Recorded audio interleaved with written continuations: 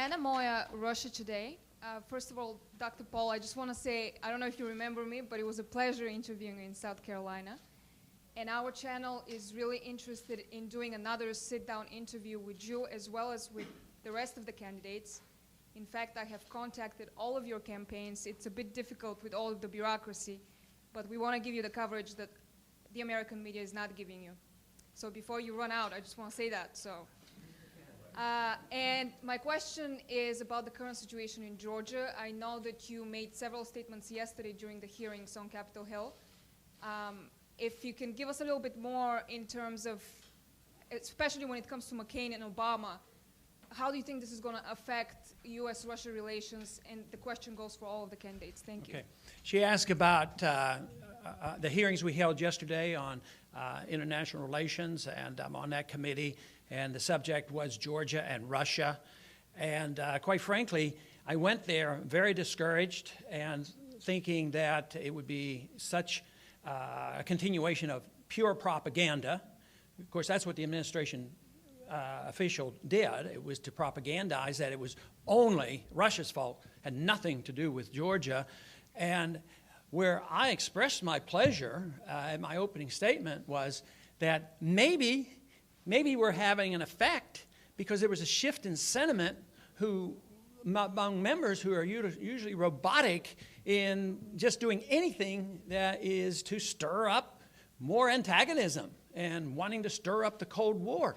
Yet there were people on both the Democratic side and the Republican side that came across to me, not exactly where I am, but very, very open-minded about why have we committed another $1 billion from Georgia to Georgia? And both candidates are for this. And of course, there was total denial from the administration that had anything to do with it. It just happens to have an oil pipeline going around there, and to skirt the Russians and all this, and for us to be doing this. So I thought we made some good points. I was very encouraged by this. Hopefully, the $1 billion doesn't sail through already. I made the point also that we're taking humanitarian aid to Georgia, which is fine and dandy. That's not the worst thing in the world. But all aid is fungible. It went on a warship. I asked them what was the point of doing this, and they said, well, it was convenient and all that nonsense. But it's just more intimidation. But the strong point I made there was, do you know? This was amazing. You ought to go back and look at it.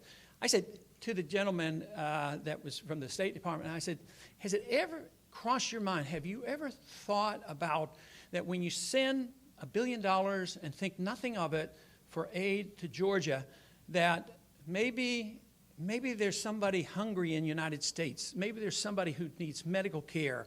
I said, does it ever occur to you that you will be taking aid away from our people and getting into a political squabble up there, stirring up a Cold War? And the astounding thing was, nope, never thought of that.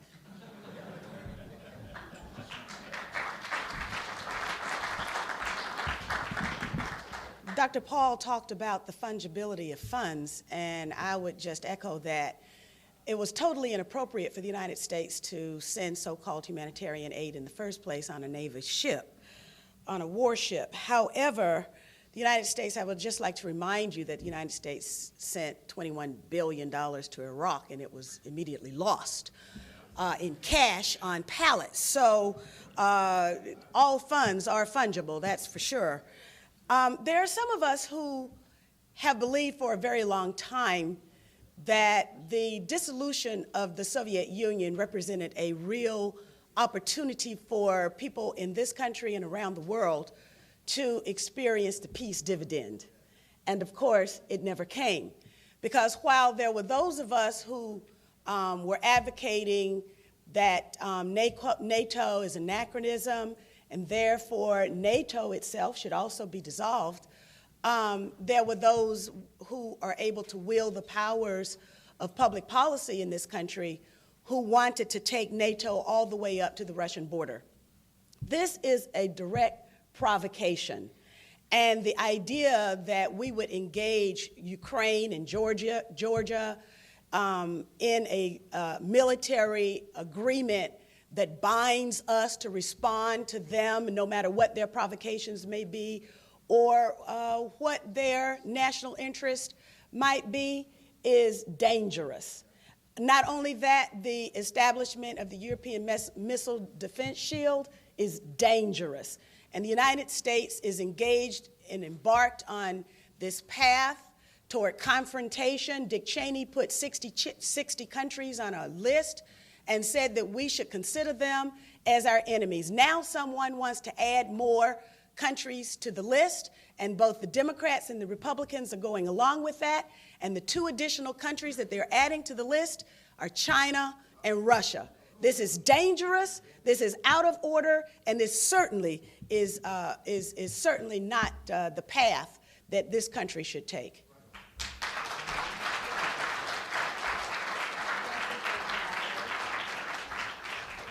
Thank you so much. We are unfortunately over time. Thank you to the National Press Club for hosting us and letting us have a few more minutes. Thank you to the candidates who've come out today. RunCynthiaRun.org, Baldwin08.com, and VoteNader.org. Is that correct? Are the websites where you can learn more about these candidates and their positions. And I know Dr. Paul will be making himself available to chat with members of the media in the hallway. And of course, the candidates are very welcome to join him out there if they so choose. Thank you very much.